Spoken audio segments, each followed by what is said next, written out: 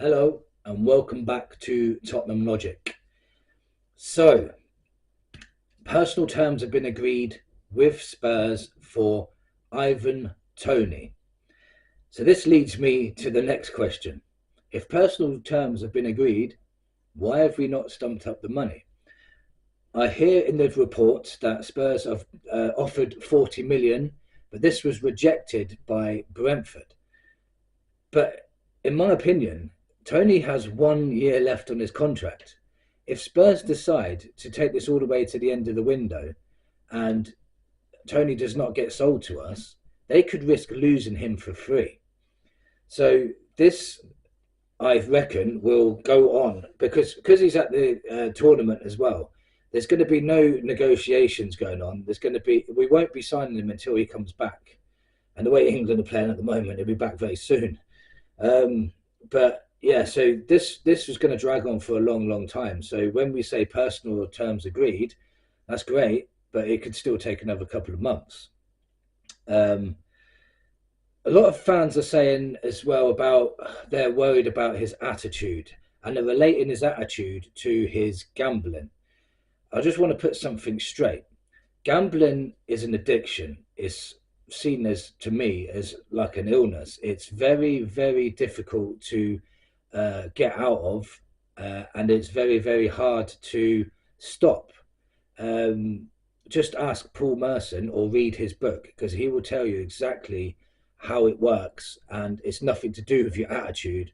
It's something very serious, and it needs to be addressed more, I reckon, because all these other addictions are getting addressed, but this one it's a silent killer, really. Um, so I'm not worried about his attitude relating to gambling. I'd be more worried about his attitude if it wasn't to do with gambling, if that makes sense. Um, and to be fair, no one questioned his attitude when he was scoring 20 Premier League goals for Brentford, did they? So there was nothing wrong with him then. So there must not be an issue with him other than the gambling, which leads me to think that's the issue. So to me, that's not an attitude problem.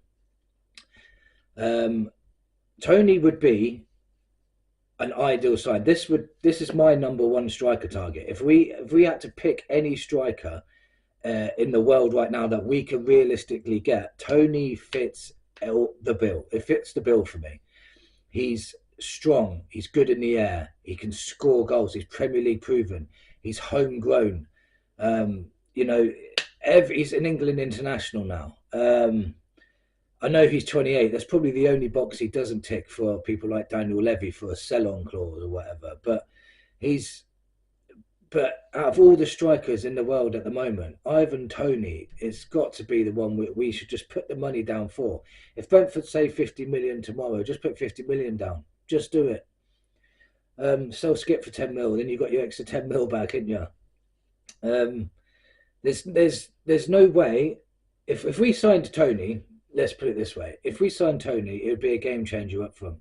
Imagine Sonny on the left, Johnson on the right, and Tony in the middle, and Johnson whipping those balls across. Because we didn't have that killer instinct in the middle last season, where when the balls were getting whipped through by Werner and by Johnson, there was no one on the end of it apart from each other. But now you'd have Ivan Tony. It would be a game changer up front. And can you imagine if we added like an Eze behind him as well?